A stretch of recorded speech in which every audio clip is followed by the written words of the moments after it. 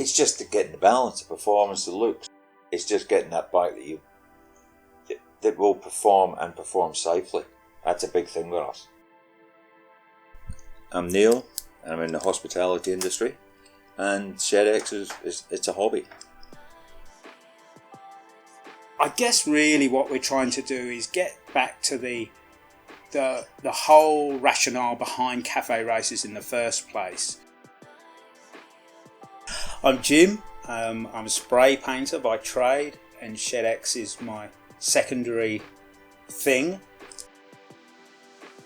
The first bike I bought, I modified. I put clip-ons on it and loud exhaust and so on, and bought and sold many bikes in the UK. Jumped forward a few years, came here, got back into motorcycling really in the early 90s when Ducati bought the 916 out, and whatever I bought, I always modified it, always. So that's where it was born. I've always loved the track, so I like my road bikes to look like race bikes, and my race bikes to look even more like race bikes. ShedX quite simply comes from back in the 80s, 90s. I was hooked on offshore powerboat racing, and Mercury in the States had a test facility in Florida for many years, which it had just after the Second World War, and it was called Lake X, and it was before the days of Google Earth. Everyone knew roughly where it was, but very few people had actually been there. So it was like this entity that people spoke about in a quiet voice. Have you been to Lake X? Oh yeah, you should see it there, it's awesome. So that's where we just used the parody for ShedX. It's like, we don't put out publicly where we are, really. Some people know where we are, and it gives it a little bit of a mystery. It's a bit of fun. So that's how the name was kind of born. Met Neil at a track day, actually. Shared a garage, and so began our friendship. And then we started just building bikes. We actually saw a bike on Bike XF and went, "Oh my God, that's the bike!" And I think it was Neil said, "Okay, let's build it." So we did, or something similar, and here we are today. Our relationship with Walt Siegl initially started about 4 years ago when a customer wanted us to build a Walt Siegl-esque bike.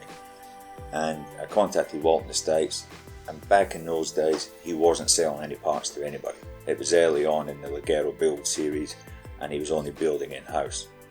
So we didn't communicate for maybe 3 years, and then I became aware that he was starting to sell the parts for the Ligero builds as a kit.